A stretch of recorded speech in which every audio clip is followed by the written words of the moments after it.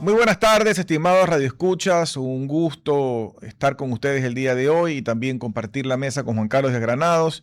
Y también un gran saludo para todos los radioescuchas que se unen este día en este programa Futuro en Acción. Hoy tenemos como invitado al señor Gonzalo Ruiz Álvarez, un prestigioso y muy conocido periodista, director de Notihoy y docente de la Universidad Internacional del Ecuador, a quien le mando un gran saludo. Y adelante, Juan Carlos. Sí, muy buenas tardes, director Giovanni Ginata, también a toda nuestra audiencia y también, obviamente, reiterando el agradecimiento que nos acompañe Gonzalo Ruiz por su experiencia periodística lo antecede, además como analista. Y en ese contexto, Gonzalo, te quería consultar, ¿cómo ves las tendencias políticas regionales de América Latina actualmente? Bueno, un saludo cordial a la amable audiencia de Radio Tropicana, de este prestigioso programa Futuro en Acción, y naturalmente a Giovanni y Juan Carlos, mi saludo cordial. Preocupado, ¿no?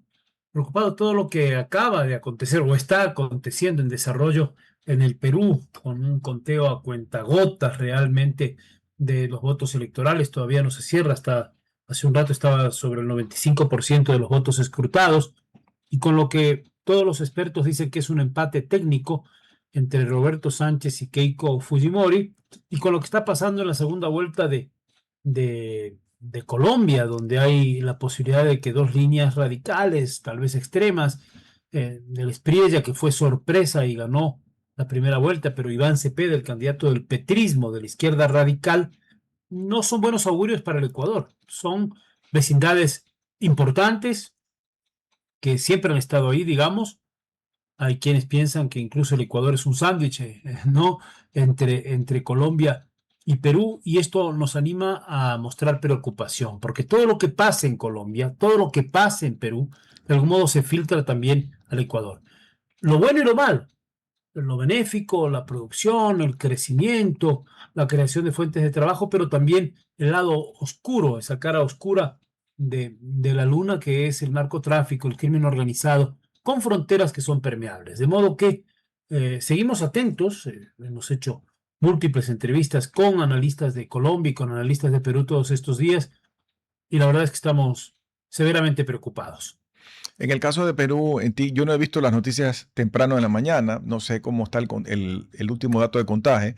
Entiendo que estaba inicialmente más arriba la señora Fujimori, pero entiendo que esa diferencia se ha ido cortando prácticamente a nada y no sé si ya se volteó un poco la tortilla. Ella ya tuvo la experiencia con Castillo, en que ella comenzó ganando y luego le viraron el tema a última hora y ya sabemos qué pasó con Castillo después.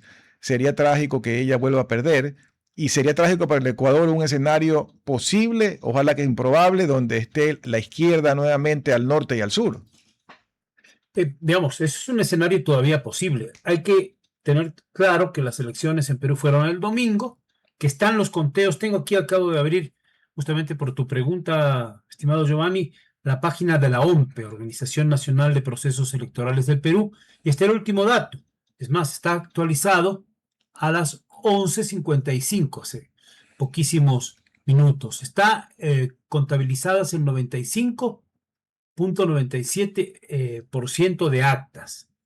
Y está Roberto Sánchez Palomino, el candidato de la extrema izquierda, con adelante con 50,05, y un total de 8.911.541 votos escrutados. Y Keiko Sofía Fujimori, digamos, de la derecha populista, 49,94%, es decir, con 8.891.300 votos. Esa es mínima la diferencia. Eh, son 20.000 votos de diferencia. Ahora, ¿qué puede pasar en ese escenario?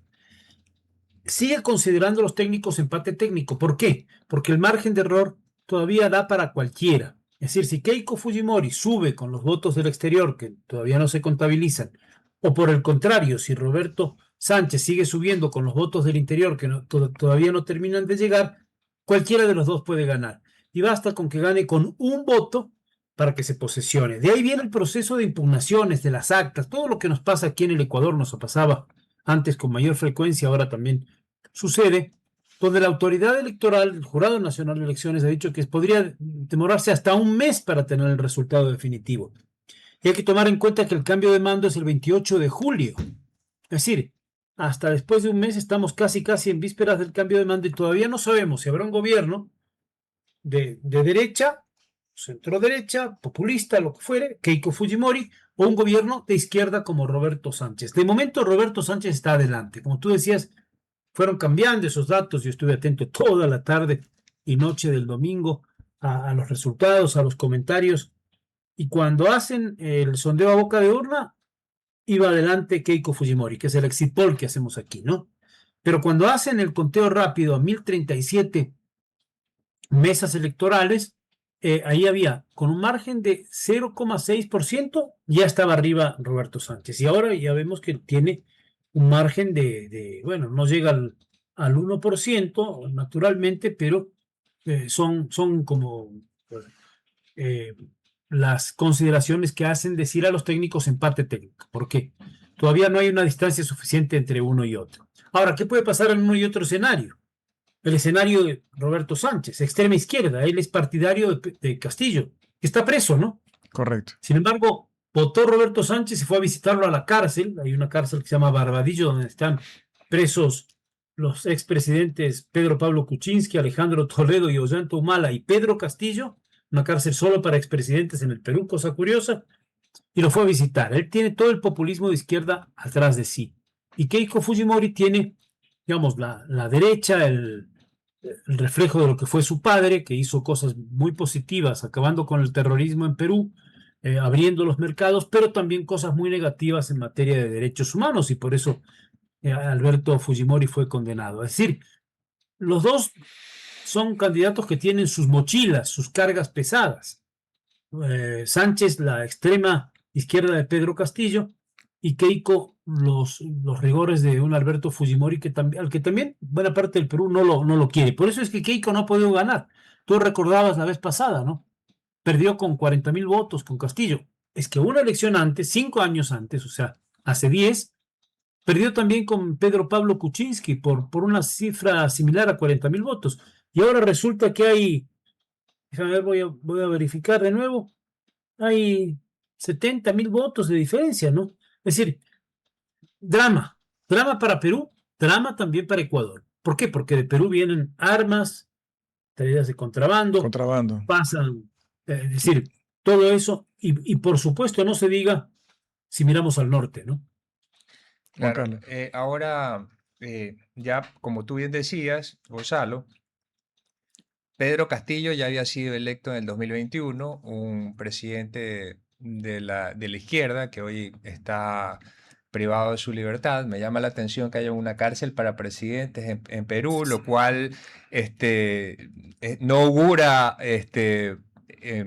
gestiones. No es una buena señal. No es una buena señal por un lado, pero por otro lado, es decir, a mí me desmotivaría un poco que alguien se lance a candidato a presidente sabiendo que hay una cárcel para presidentes, ¿no? Entonces ya implica como una tendencia. Pero en el 2021 gana Pedro Castillo y bueno, tenemos una relación bilateral con el Perú.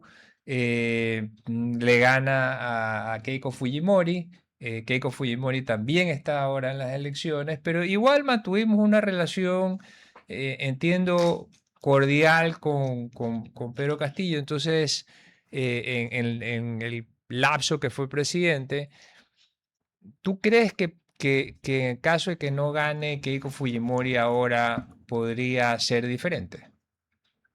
A ver, hay un problema, que es esta incursión cada vez mayor del narcotráfico e incidencia en todos los países.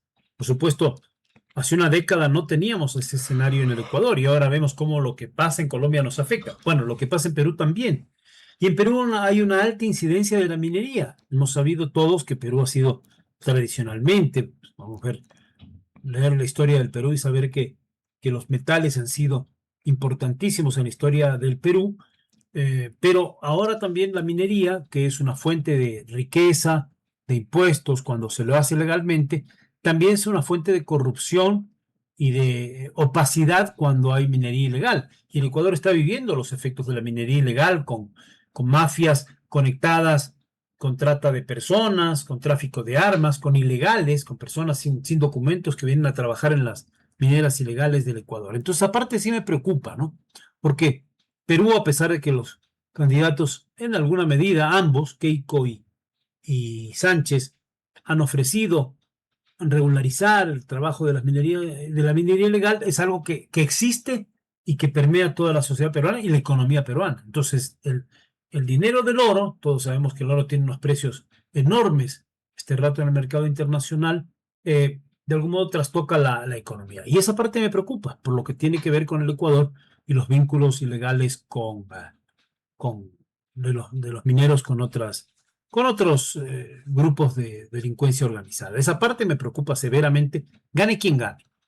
Ahora, el otro tema es saber si el Roberto Sánchez es el mismo de la primera vuelta que proponía un programa radical o es el mismo de la segunda vuelta que a la mañana siguiente del debate, que fue hace 10 días, yo vi el debate completo entre los dos, fue y cambió el plan de gobierno. Ya no quería radicalizarse, ya no quería supuestamente estatizar la compañía telefónica, que por cierto se abrió al mercado internacional, el mercado de la telefonía peruana en la época de Alberto Fujimori, del padre de Keiko. Correcto. Se abrió y hay inversiones extranjeras.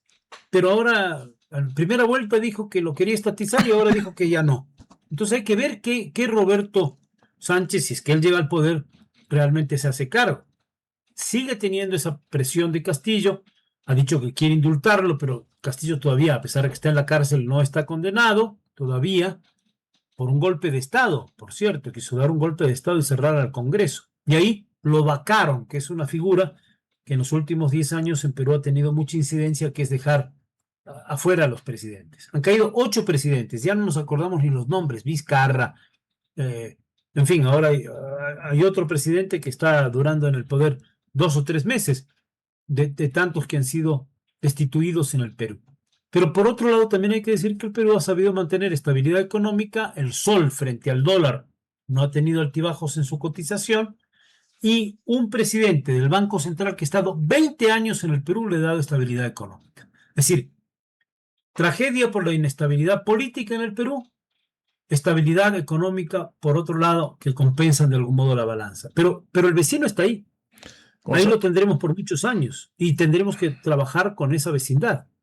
Sea Petro, sea Dina Boluarte, o en el futuro sea Sánchez, Keiko en el sur, o Iván Cepeda o del Espriella en el norte, ahí nos quedaremos. Entonces tendremos que aprender a convivir con una relación que no siempre puede ser la mejor, tanto en el norte como en el sur. Te hago una pregunta sobre el vecino del norte, porque ahora que ganó sorpresivamente el de la derecha, Abelardo de la Espriella, evidentemente el presidente Petro reaccionó y prácticamente le ha dicho que él todos estos días se va a volcar a dedicarse a la campaña y apoyar la campaña de su candidato. No sé pues, si eso significa también aflojar la billetera pública para regalar el óleo del Moro, pero estas prácticas que yo no sé si son ilegales o no en términos objetivos, sí hablan de lo que pasa en América Latina, no solamente en Colombia, no solo de Perú, sino en lo que en general pasa con el populismo y la demagogia. Pero allí hay que ver qué pasa, porque el tiempo es corto, porque entiendo que las elecciones son hacia finales de junio, si le va a alcanzar esa cuerda y lo que puede hacer Petro para poder voltear los resultados. Bueno, la constatación de lo que estás diciendo, en efecto, es así. Petro se lanza con todo. Para acá, tratar de cambiar, no para cambiar, pero para tratar de cambiar la tendencia, que es un fuerte apoyo de la Espriella, que es un candidato de extrema derecha, que no está vinculado a los grupos políticos tradicionales que han hecho política en Colombia, que cierto es que lo apoyó, por ejemplo, Álvaro Uribe, ni bien perdió la elección Paloma Valencia, que era la candidata de Centro Democrático, el partido de Uribe lo apoyó y la propia Paloma Valencia lo apoyó. ¿Por qué? Por mostrarse más en contra del petrismo y de Iván Cepeda, que es un radical de izquierda, formado, legislador, que sabemos cómo piensa. Entonces, ese volcarse de Petro en la campaña le ayuda a Cepeda, ya depende un poco del pueblo colombiano. No perdamos de vista una cosa, que en Colombia, a diferencia de Perú, de Ecuador, el voto es voluntario. Entonces hay que ver qué pasa. Las primeras encuestas, después de la elección en Colombia, daban una ventaja considerable del Espriella. El candidato que vino desde abajo, en el sentido de que era un outsider, que no tiene vínculo con la clase política y que era un abogado conocido. También con algunas críticas, ¿no? Porque fue abogado de paramilitares, abogado de Alex Saab, El nada más famoso. ni nada menos que el testaferro de Nicolás Maduro. Pero bueno, lo está apoyando el presidente Uribe, el expresidente Uribe, Paloma de la Espriella. O sea, la derecha está con la Espriella porque no quieren que siga el fracaso del petrismo, ¿no? O sea, la izquierda ha fracasado en el gobierno en Colombia. Pero Petro se lanza con todo. Y en ese lanzarse con todo pueden estar las prácticas que tú bien apuntabas hace un momento, Giovanni. ¿Y cuál es o sea, por un lado, si se lanza Petro a la campaña, probablemente, y si el voto es facultativo en Colombia, probablemente pues motive a la población que está en las zonas que desarrollan los cultivos de la hoja de coca. Probablemente él tiene pues obviamente no una relación con la guerrilla. Y entonces, si tiene y su nombre en la guerrilla era Aurelio, como en Cien años de soledad. Entonces, qué es lo que ocurriría ahí? Si él podría impulsar ese voto facultativo de esas zonas, de esas áreas que controla la delincuencia organizada y la guerrilla que pudieran tener nexos. Entonces, Ujú. tal vez pudiera haber un panorama, como tú mencionas, de una votación superior, si es que la derecha colombiana no se pone las pilas. Apreciado Juan Carlos, esto que acabas de tocar es un punto clave. Si la política, se dice, es el arte de lo posible, la demagogia es el arte también de hacer posible lo imposible. Y Petro está en eso. Y tú bien apuntabas, y me parece que esto es fundamental, el tema de las zonas, por ejemplo, los departamentos de Nariño y Putumayo, que tanto ha criticado el presidente Noboa, que no tienen seguridad. Hay que decir primero que no lo tienen, no solamente de ahora en el gobierno de Petro, sino nunca la han tenido suficientemente, desde la perspectiva del Ecuador. Múltiples analistas de seguridad, analistas militares con los que hemos conversado desde hace años, dicen, Colombia nunca ha controlado sus fronteras. Bueno, peor ahora. Y también hay que mirar cómo votaron en los departamentos de Nariño y Putumayo. Ahí gana Iván Cepeda ampliamente. Por algo será. Así es que tu inquietud es absolutamente pertinente. Y si se estimula el voto de quienes no votaron en esas zonas, es probable que Cepeda crezca en los votos. Ahora, si eso puede inclinar la balanza o no, hacia el lado del candidato de lo que se llama pacto histórico, que es la alianza que apoya a Petro, que apoya a Cepeda, no lo sabemos. O si de la Espriella consolida un voto antiguerrilla. Lo malo para ambos casos, y vamos a decir ahí sí de nuevo Colombia y Perú, es que se ha polarizado el debate político. Es decir, que los ciudadanos que no militan con la extrema derecha o con la extrema izquierda se ven obligados a tomar una posición entre estas candidaturas extremas. Y eso no es bueno para el debate político, porque después eso puede volcarse a la vida civil. Ya hemos visto en la campaña electoral colombiana, ¿no? Como hubo de nuevo actos de violencia terrorista que parecían, no sé si olvidados o desterrados en la vida pública colombiana, a pesar de que la delincuencia, el crimen, el narcotráfico siguen con potencia por allí, pero esto de coches bombas en las carreteras y cosas por el estilo no lo habíamos visto. Entonces, si esto nos puede conducir a unos días, remate de campaña violentos y peor aún, a una acción de gobierno, gane quien gane, que sea violenta contra el contrario, pues nos preocuparía. Y en cuanto a lo que hace a Colombia, allá se produce la droga, ya sabemos que el 70-80% de la droga, digamos, del cultivo de cocaína y después procesada en droga, el cultivo de hoja de coca, después procesado en droga, que se produce en Colombia, está en la frontera con Ecuador, Nariño y Putumayo, y sale por el Ecuador a los mercados internacionales. Eso no pasaba antes, porque el otro porcentaje está en Cúcuta, ¿no? Frontera con Venezuela.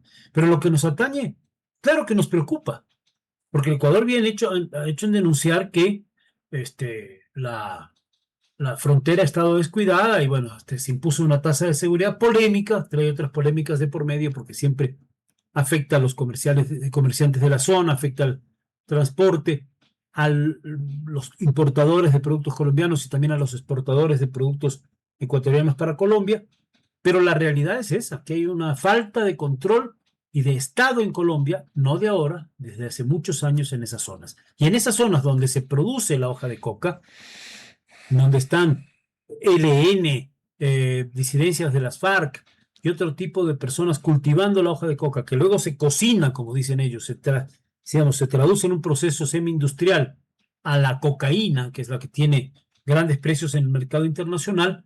La relación con el país del norte, gane quien gane para el Ecuador, es un tema de preocupación constante. Y por eso tenemos que abrir los ojos y seguir lo que pasa en el norte, lo que pasa en el sur, con muchísima atención desde el Ecuador, porque, digamos, como algún pensador dijo alguna vez, si nada humano me es ajeno, temas que atañen a los vecinos directos con los que tenemos fluido intercambio comercial, incluso intercambio cultural importante. Muchos colombianos viven en el Ecuador, en la época de la guerrilla llegaron hasta 50.000 refugiados.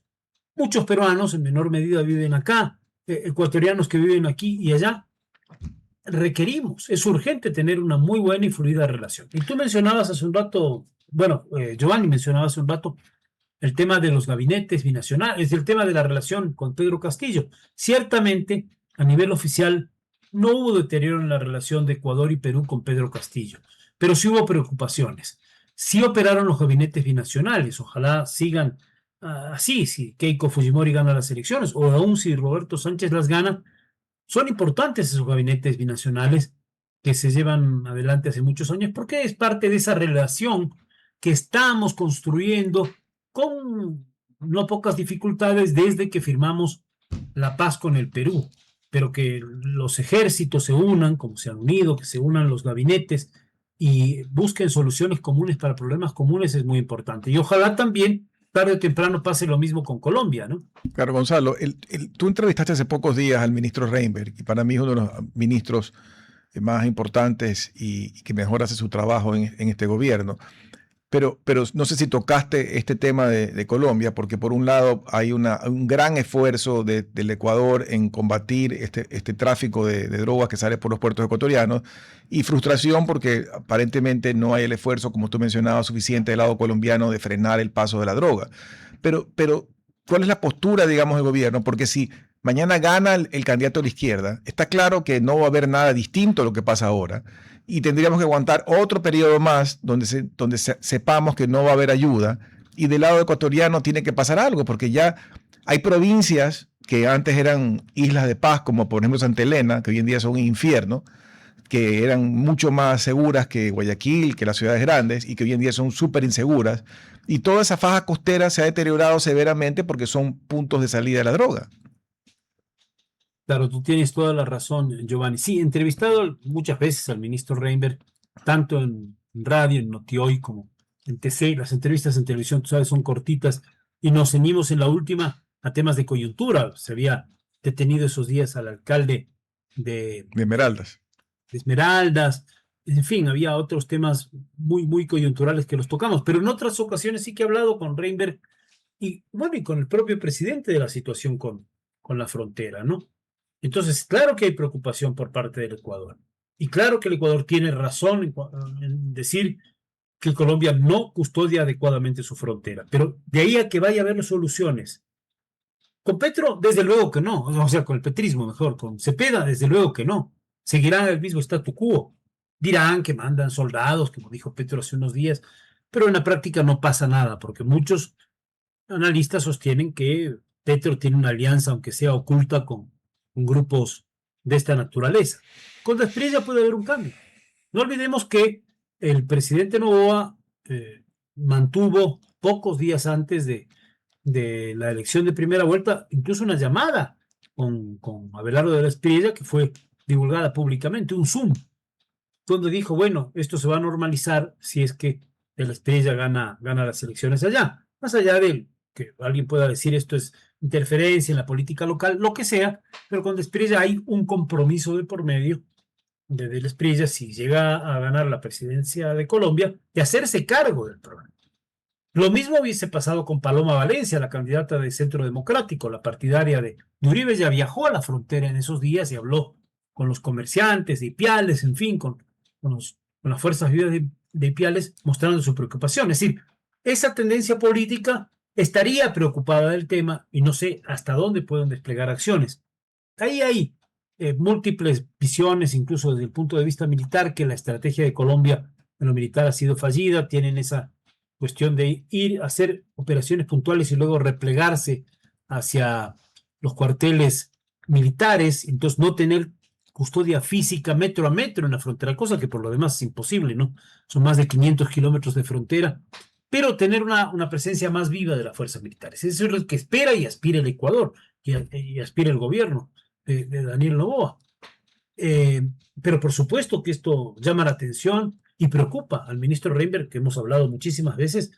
Me preocupa porque esto tiene su impacto directo sobre el Ecuador. Es decir, si Colombia no controla su frontera, producirán más droga y esa droga tiene que salir por alguna parte. Y lamentablemente, los grandes carteles internacionales, y aquí operan las mafias internacionales, mexicanas, colombianas, en fin, las que llevan la droga a Europa y a los mercados norteamericanos, ven en Ecuador el puerto de salida. Toda la zona costera que apuntaba hace un rato Juan Carlos y, por supuesto, los grandes puertos, ¿no?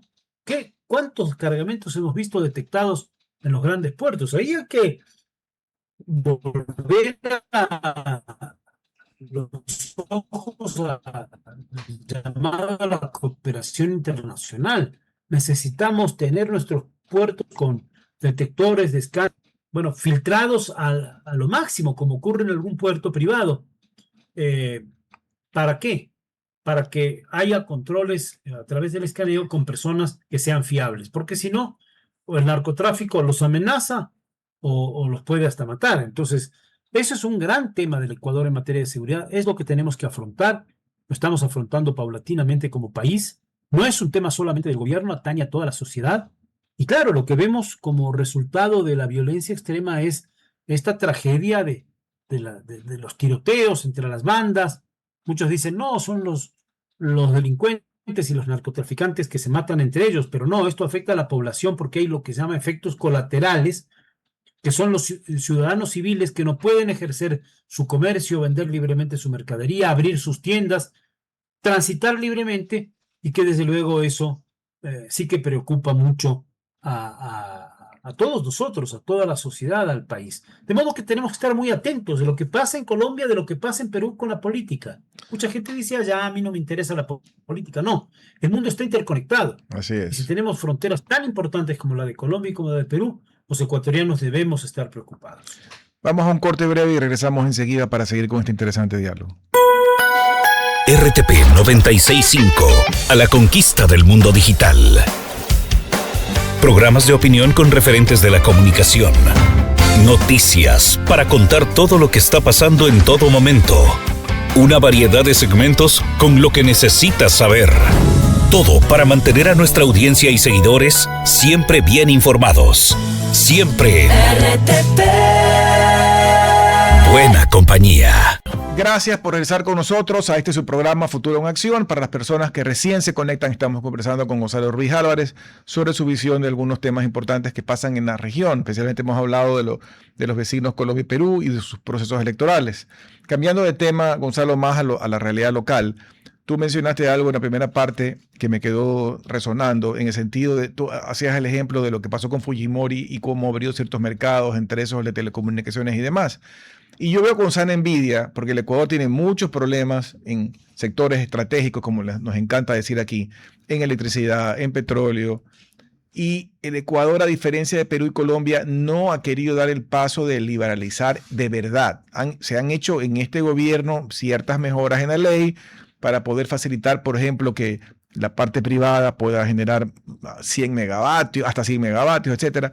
Pero entiendo que en esos países hay un verdadero mercado mayorista de electricidad y la injerencia, el peso de lo privado en ese negocio de producción y transmisión es mucho mayor, cosa que el Ecuador no lo ha querido hacer. La pregunta es cómo salimos de esto. Tenemos el fantasma todavía de los apagones. Ayer nos decía un invitado, esto no está resuelto. Este es un tema que si se comienza a resolver ahora nos demoraremos unos 5 años más en realmente ya tener los suficientes megavatios en producción. ¿Qué hacer, Gonzalo, para que esto cambie de verdad? Creo que tocas un tema central, porque es el modelo de desarrollo, el modelo económico.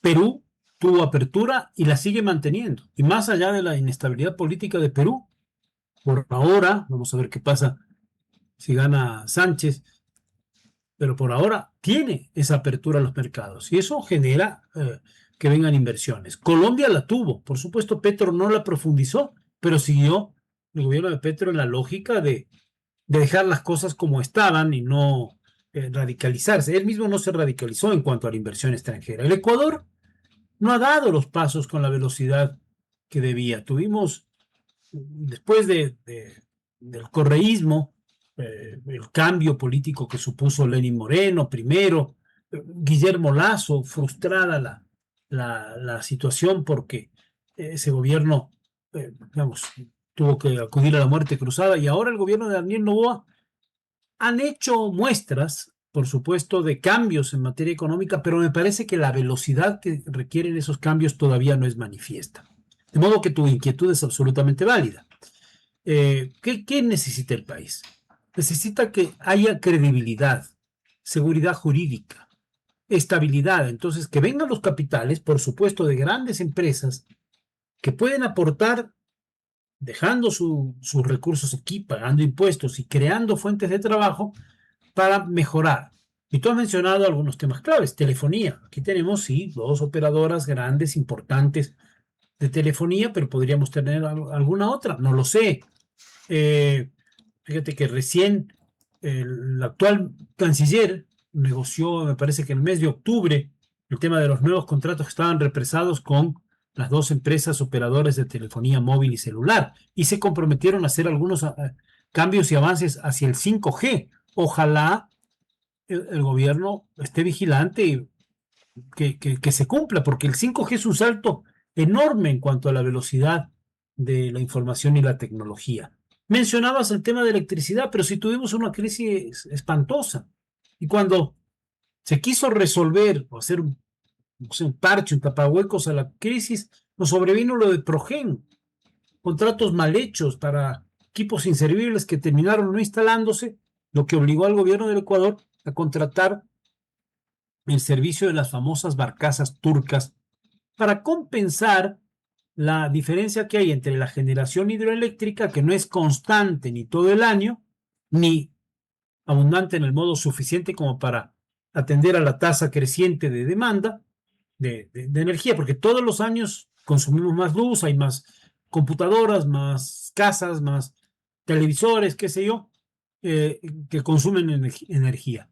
O sea, hay más demanda, pero no tenemos la oferta suficiente. Entonces eso, lo hidroeléctrico, que es muy importante para el Ecuador, suple un 70% y se compensaría, se debiera compensar con, hasta que se desarrollen los otros programas, geotermia, energía eólica, energía solar, se debe compensar con energía generada con un petróleo procesado que nos cuesta. O sea, nosotros importamos diésel, importamos gasolinas, más allá de que tuvimos una para absolutamente inexplicable de la refinería con algunos sabotajes de por medio, y ojalá se llegue pronto a determinar si hay responsables de los sabotajes. Es decir, la refinería de Esmeraldas es obsoleta, la de Santa Elena ya no produce la gasolina hace tiempos, me parece. Produce ciertos derivados, pero no lo que una época sí constituyó una fuente importante de suministro de combustibles. Y la de Shushufindi produce también un nivel pequeño. ¿Qué quiere decir? Que traemos el petróleo. Y ahora tenemos un petróleo subido en el mercado internacional. Traemos el petróleo procesado, me refiero a los combustibles, diésel extra, gasolina extra, en fin. Pero tenemos un precio elevado porque Estados Unidos atacó Irán, Israel atacó Irán, y vino este bloqueo del estrecho de Hormuz, lo cual tiró los precios de los combustibles y del petróleo hacia arriba. Entonces, claro que tenemos un problema enorme y hay que solucionarlo. ¿Y cómo? Si no tenemos la tecnología abriéndose al mercado internacional. Me parece que esa filosofía es indispensable. Por eso, Si está en discusión el modelo de desarrollo, tenemos que tomar decisiones y tomar partido. Muy bueno que haya mejorado el crecimiento económico, como explicó el gobierno nacional en el primer trimestre. Muy bueno que el riesgo país ahora esté por debajo de 400 puntos. Muy positivo que el Fondo Monetario Internacional vea con buenos ojos lo que se hace en el Ecuador, porque nos han dado empréstitos. Pero hay que hacer mucho más y de modo más contundente para darle un giro y un cambio y oportunidades de trabajo a los ecuatorianos, para que los ecuatorianos no se sigan yendo al exterior. Yo sé que el tema de seguridad ahora es prioritario, por supuesto, pero no podemos descuidar todo lo demás que hay que hacer para que haya un modelo económico abierto, economía libre, que genere trabajo, porque siempre hay que pensar en la repercusión social de cualquier decisión política, pero no podemos estar así toda la vida, ¿no?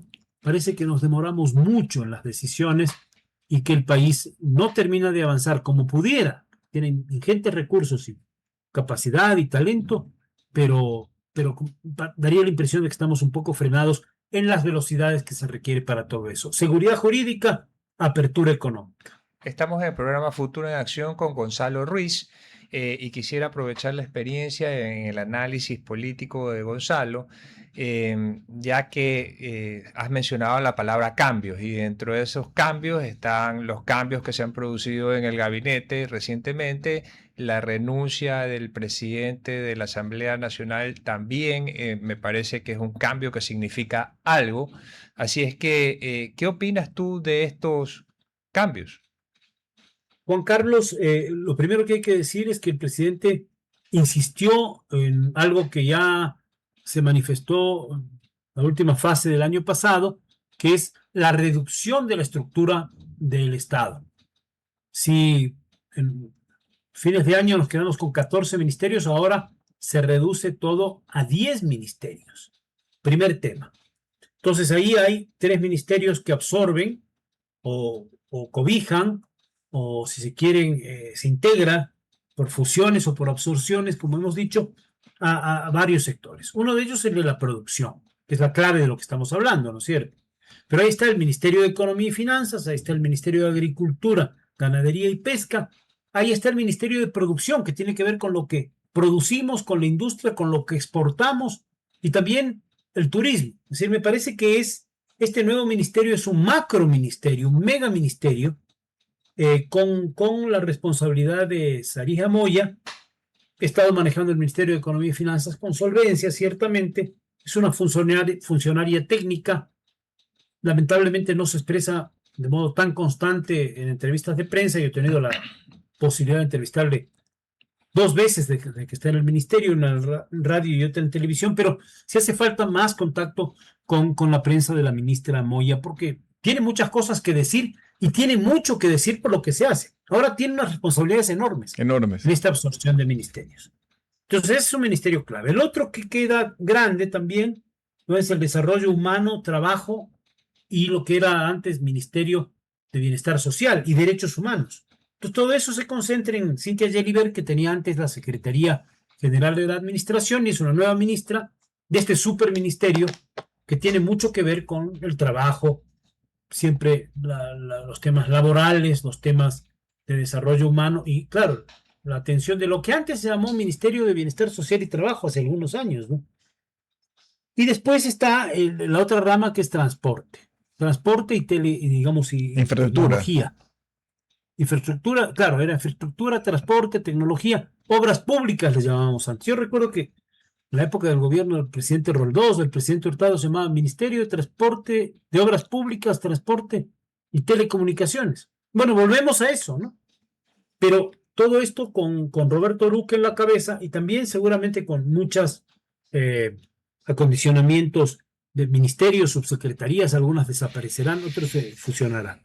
Hay quienes dicen, yo no tengo desde luego pruebas para esto, que esto es una exigencia al Fondo Monetario Internacional en cuanto a la reducción del tamaño del Estado. En la operación que se hizo para dejar en 14 ministerios finales del año pasado, sí que hubo, por lo menos eso se informó públicamente, reducciones de personal. Ahora hay que comprender que una persona despedida en el sector público hay que pagarle un dinero por un lado, pero por otro hay que ver que haya fuentes de trabajo suficientes para atender. Es decir, no es que se van los empleados públicos porque no sirven y se quedan en la calle. Eso puede generar otro tema social de impacto. Se dijo que se iban a reducir 5.000 empleos en fines de año. No sé, las cifras no las tengo, si se habrá procedido en corto tiempo o si todavía es un plan que está en proceso. Y en cuanto a estos 3 nuevos ministerios, se dice que hay 19.000 empleados entre los 3 ministerios. No sé cómo se hará para ir a tener menos personal. Es cierto que el personal adiposo hay que cortarlo, pero no hay que perder de vista que si hay gente que sale del sector público, a algo tiene que dedicarse para generar ingresos. Entonces, parece una buena medida tener un Estado más pequeño, eso lo han dicho distintos actores, digamos, políticos y analistas económicos desde hace tiempo, pero hay que hacerlo muy bien hecho y que sea eficiente. Entonces queda un gabinete, el otro día salió la foto del gabinete, queda un gabinete reducido, ¿no? Ya no es el elefantiásico gabinete de las épocas del correísmo, con, no sé, 40 ministerios y alguna barbaridad de Y esas. secretarías. Y secretarías. Ayer Ahora hay 10 ministerios. ocupaban toda la escalera, ahora solamente el primer Claro. escalón. La foto es muy decidora, Juan Sí. Carlos, como dices, ¿no? Y las secretarías, bueno, que tienen su razón de ser. No se puede hacer un gobierno sin funcionarios, pero tiene que haber los justos, los que demanda la economía. Y sí que hay que incrementar, me parece a mí, funcionarios en el sector de salud pública, de educación, porque cada vez tiene que haber más maestros, y, cómo no, en seguridad, Fuerzas Armadas y Policía. Entonces, no es que tiene que salir todos y quedarnos ahí. Hay que crecer en las zonas en que hay que crecer, para que haya la relación de empleados públicos en salud, que ha sido una pata coja muy deficiente de estos años en el Ecuador, no de este gobierno solamente, sino de todos estos años, y por supuesto también en seguridad. Necesitamos un número X de policías, yo no soy experto, pero por números de habitantes hay que ir hacia eso, y eso es plata, hay que pagarlo, hay que darles uniformes, hay que darles de comer, deben tener equipo, deben tener chalecos antibalas, deben tener armas, si no tampoco sirve para nada. Es decir, un número de funcionarios o de policías que estén sentados en una oficina sin tener todos los instrumentos para salir a la calle no sirve para mucho. Eso en cuanto al tema de esta reestructuración. ¿Será mandato, petición, presión del Fondo Monetario Internacional? No lo sé. Si eso permite al erario nacional ahorrar algo, porque el déficit fiscal todavía existe, a pesar de que recibimos empréstitos y mejoramos la economía, eso ya lo tienen que decir los técnicos. Y el otro tema que tú mencionas es, bueno, la sorpresiva renuncia de Nils Olsen a la presidencia de la legislatura. Fue un discurso que a muchos sorprendió, creo que todos los del bloque de ADN sí lo sabían, pero los demás legisladores no tenían ni idea.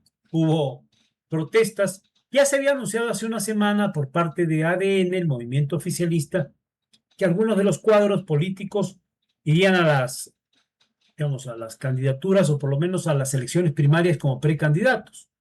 Y ese parece ser el caso de Nils Olsen. Ayer hice una referencia a volver a las orillas del río, entiendo que será el río Guayas, y ya se habla cada vez con más fuerza de la candidatura a la alcaldía de Guayaquil de Nils Olsen.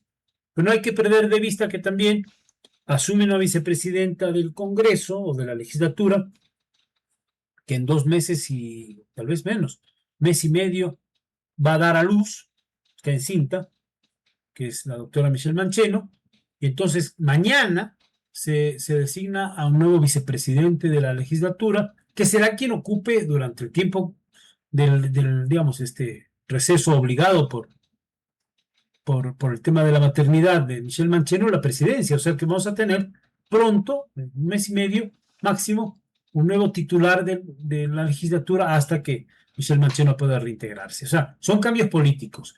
Ahora, Nils Olsen, ¿qué opciones tiene de hacer campaña y ganar en Guayaquil? Ya lo veremos. Recién es una candidatura en ciernes. Además, tiene que pasar por el proceso de elecciones primarias que todos los partidos y movimientos va del 18 de junio hasta, creo que la primera semana de julio, si no me equivoco. Entonces, de ahí en adelante vamos a ver, ¿no? ¿Tiene posibilidad de ser alcalde de Guayaquil? Gonzalo, nos quedan 5 No minutos. lo sé. Nos quedan 5 Sí. minutos y tú mencionabas el tema salud y la prioridad pues, de invertir más en salud y educación y seguridad. Y uno de los temas importantes que ha sido motivo de queja en la ciudadanía es la disponibilidad de medicamentos.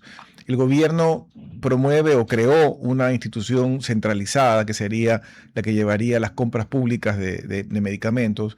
No me queda claro, pero entiendo que hay una vinculación, habría una vinculación directa con un gran productor de medicinas a nivel mundial, que es la India. ¿Qué sabes tú de esto y si crees que es la orientación adecuada? Nos sorprendió mucho la creación de la empresa pública. Se dijo que se va a poner técnicos ahí. Todavía, por lo menos, yo no sé si se ha publicado el nombre de la persona que está a la cabeza. Se dijo que en 5 días desde emitido el decreto se iba a publicar ese nombre. La verdad es que no lo sé. Y sí, la idea es traer medicamentos de la India. Ahora, ¿cuánto toma eso? Lo que tal vez no estábamos absolutamente informados en el país es cuán importante era la India en cuanto a la producción mundial de alimentos. Tanto que buena parte de los medicamentos de la India entran a Estados Unidos, por ejemplo, que tiene altos niveles de exigencia de calidad y filtros en la FDA, que es la Federal Drugs Administration, es decir, tiene que ver con drogas y alimentos. Bueno, no sé el Es nombre la autoridad de exactamente, control de de medicina. control de alimentos y de medicina, Correcto. ¿no? Entonces, buena parte de esos medicamentos de la India van a Estados Unidos. Ahora, también se ha informado por parte de quienes conocen el tema que en la India hay 3.000 industrias de medicamentos, algunas de ellas muy buenas, que pasan los mejores filtros, y otras no sabemos. Por eso es muy importante que la autoridad aquí en el Ecuador, ojalá en un trabajo conjunto con la administración norteamericana, porque ellos tienen la experiencia para hacer ese control, establezcan todos los parámetros y requisitos para que las medicinas de la India lleguen al Ecuador. En principio se habló de 3 semanas, después se dijo no, la tramitología tarda, serán 3 meses, pero la idea es atender al 80% del cuadro básico de medicamentos de lo que se ha informado. Eso lo ha dicho. La verdad es que la que ha hecho cabeza en esto es la ministra de Gobierno, Nathalie Morillo, que es la que ha informado a los medios, con quien hemos tenido entrevistas de carácter, entrevistas de televisión, entrevistas de radio sobre esta materia, y es la que ha dicho, bueno, vamos a ir con la India, vamos a traer, que es una carencia fundamental. El problema de la estructura de salud pública y la compra de medicamentos en el Ecuador hace tiempo tiene dificultades. No es un tema de hoy, pero la verdad es que no ha habido capacidad de solucionar. Se han hecho esfuerzos. Y el otro tema que ustedes lo conocen perfectamente y el país lo conoce, las mafias incrustadas que en la época de la pandemia nos hicieron tantos estragos en materia de la compra de medicamentos. O sea que hay que acabar con las mafias.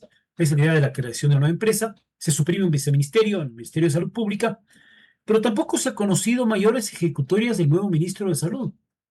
Durante varios meses esa cartera estuvo, digamos, a cargo temporal de la vicepresidenta de la República y se nombró un ministro que cuando llegó fue cuestionado, pero no sabemos de sus acciones directas. Entonces es muy importante que haya acciones y se informe. Ojo, siempre en comunicación política tiene que haber una acción e informarse. No informar solamente cosas por decir algo, que eso sería propaganda y eso es malo, sino acción y comunicación.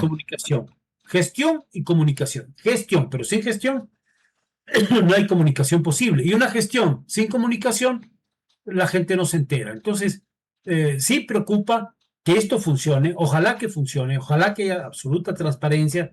Se supone que es un acuerdo de gobierno a gobierno. Y ojalá los volúmenes de medicamentos atiendan primero el cuadro básico, pero también las otras medicinas para enfermedades catastróficas, para enfermedades graves como el cáncer, para temas como el de, por ejemplo, abastecimiento de insulina en modo suficiente. En el país hay una gran cantidad de enfermos renales y que requieren atención, no solamente de medicamentos, sino de buenos suministros.